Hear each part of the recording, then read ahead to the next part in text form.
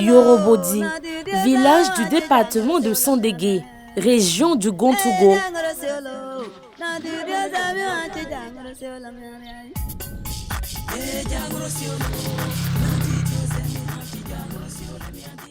Situé au nord-est de la Côte d'Ivoire, Yorobodi est un village de plus de 5000 habitants qui se distingue par une spiritualité profonde. Ici, l'islam est bien plus qu'une religion. C'est une identité, une boussole qui guide les valeurs, le mode de vie et même les dynamiques de développement. Pour comprendre les racines de cette foi fervente, nous sommes allés à la rencontre de Cheikh El Hadj Mounirou Ouattara, prédicateur et guide respecté de la communauté. Ça va? C'est l'équipe du reporter de la RT qui vient de nous. Alhamdulillah Rabbil Alamin, Alhamdulillah Rabbil Alamin, Alhamdulillah Rabbil Alamin. On a la tando siyama, tando tomango kasali ka kira belebele. On a la dari, on a kodu wala masumana. Selon lui, l'islam a été introduit dans le village il y a plusieurs générations. Transmise avec rigueur et dévotion, la religion est aujourd'hui au cœur de la vie locale. Nous sommes venus musulmans, nous sommes toujours musulmans. Les vieux même ont fait la science du Coran. Pas seulement la lecture du Coran, et chaque verset du Coran a son utilité. Quand tu arrives, tu exposes tes problèmes, ils savent avec quel verset il faut régler ton problème. Cheikh Mounirou nourrit un rêve, faire reconnaître sa localité comme une terre sainte, un lieu de pèlerinage et de recueillement à l'échelle nationale.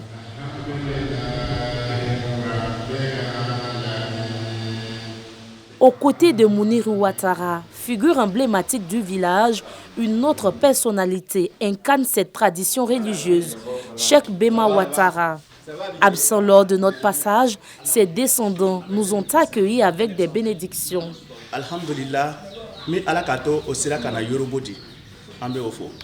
Il prie pour le village, mais aussi pour la paix en Côte d'Ivoire en cette année électorale.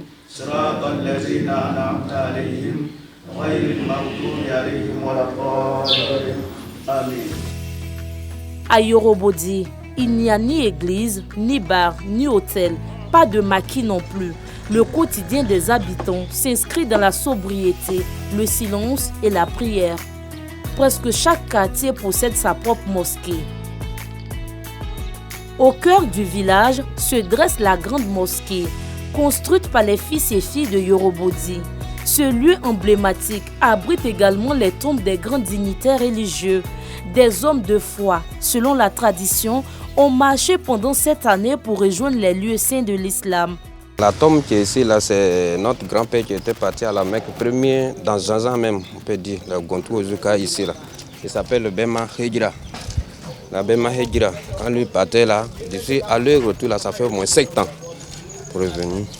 Le deuxième aussi, Bema Sirkiba, lui aussi il est marché pour aller à la Mecque aussi. Le troisième s'appelle Bema El Hadji Abbas. Mais Yorobodi ne se limite pas qu'à la spiritualité. C'est aussi une communauté en mouvement, tournée vers l'avenir. Le village dispose d'une école, d'un centre de santé et les femmes jouent un rôle clé dans l'économie locale.